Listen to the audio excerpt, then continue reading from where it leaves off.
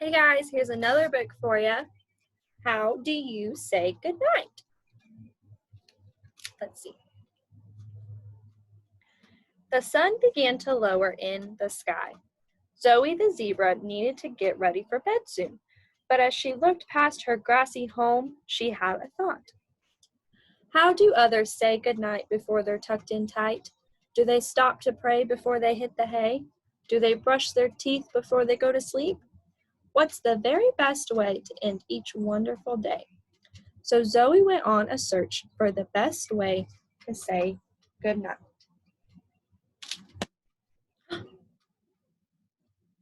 How do you say goodnight? Zoe asked a pride of lions.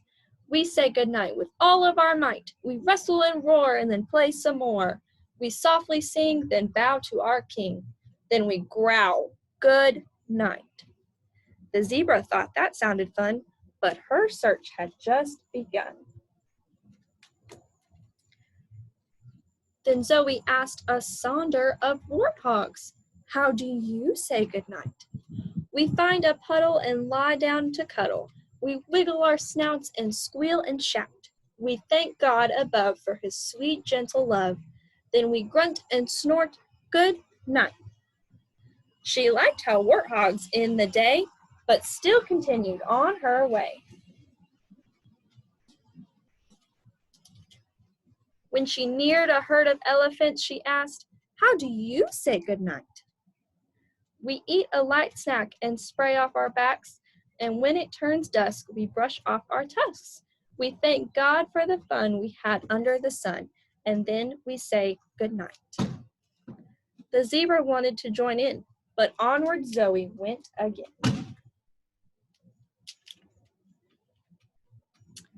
Zoe walked up to a flock of ostriches and asked, how do you say goodnight? We all get together and preen our long feathers. We eat something sweet, a big bedtime treat. And then we tell stories of God's wonderful glory. Then we squawk, good night. The zebra liked that bedtime drill, but Zoe trotted further still. Little Zoe saw a troop of monkeys and asked, how do you say goodnight? We swing through the trees as fast as we please till we find a nice bed and cover our heads, and thank God for our deep and comfortable sleep. Then we screech, good night. Zoe loved this bedtime groove, but she left, still on the move. How do you say good night? Zoe asked a pod of hippopotamuses. All together we make our way down to the lake. We float near the surface and do this on purpose, so we can breathe the night air and thank God for his care. And then we huff and puff, good night. Sweet Zoe liked that fun good night, but she walked out soon out of sight. Now the sun was so low, it barely peeked over the horizon. Zoe thought, I love the lions' roars and their deep and heavy snores. The hippos make me laugh when they make a giant splash.